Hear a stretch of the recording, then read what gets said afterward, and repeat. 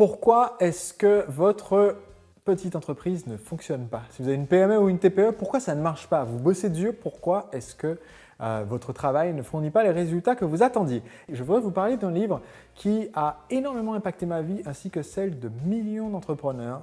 C'est un livre qui a été traduit en français à une époque. Il est peut-être possible que vous réussissiez à retomber sur un des livres de cette petite édition en français qui est malheureusement complètement épuisé depuis plus de 10 ans.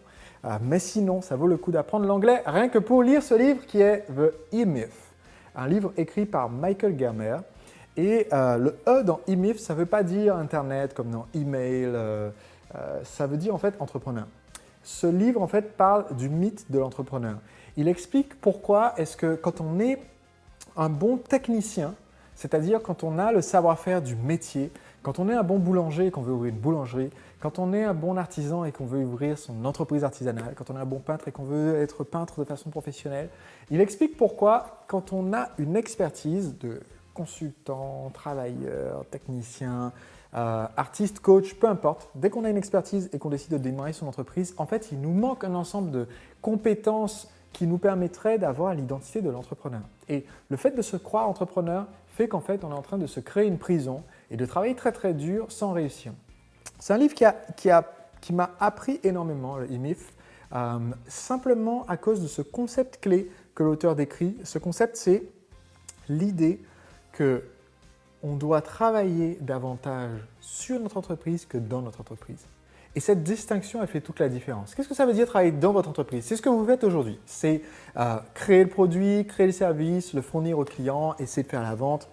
C'est la gestion au quotidien de la boîte et c'est aussi l'exécution de la mission de l'entreprise, donc la création du produit ou du service pour pouvoir le livrer aux clients.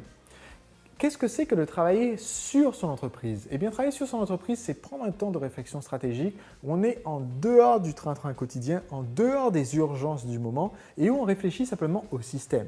On pense notre entreprise comme un système et on se demande « Ok, comment est-ce que je fais pour optimiser le système? Comment j'améliore mes méthodes de recrutement? Comment j'améliore la formation des employés? Comment est-ce que j'améliore le service qui est livré aux clients? Comment est-ce que j'améliore le message marketing? Comment est-ce que je fais en sorte que cette entreprise, en tant que système, soit plus efficace et puisse se débrouiller sans moi?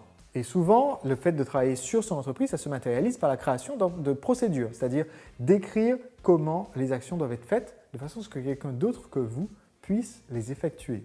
C'est ce que j'ai appris de ce livre et pour moi, c'est un concept clé. Si en ressortant de cette vidéo d'aujourd'hui, vous n'avez pas lu le livre et peut-être que vous ne parlez pas anglais et que donc vous ne lisez pas le livre. Par contre, une action que j'aimerais que vous fassiez juste après la vidéo d'aujourd'hui, c'est juste vous bloquer un moment cette semaine, avant la prochaine vidéo, avant lundi prochain 19h.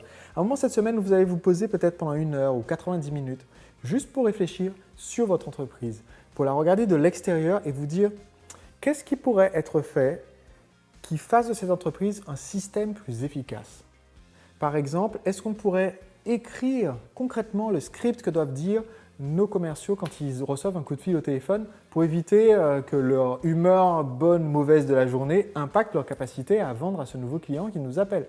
Est-ce qu'on pourrait peut-être juste réfléchir la séquence d'emails qu'on envoie dans notre newsletter, peut-être qu'elle n'est pas optimale. Qu'est-ce qu'on pourrait faire pour améliorer ça? Si on vend en vidéo, qu'est-ce qu'on peut faire pour que les gens regardent nos vidéos jusqu'au bout?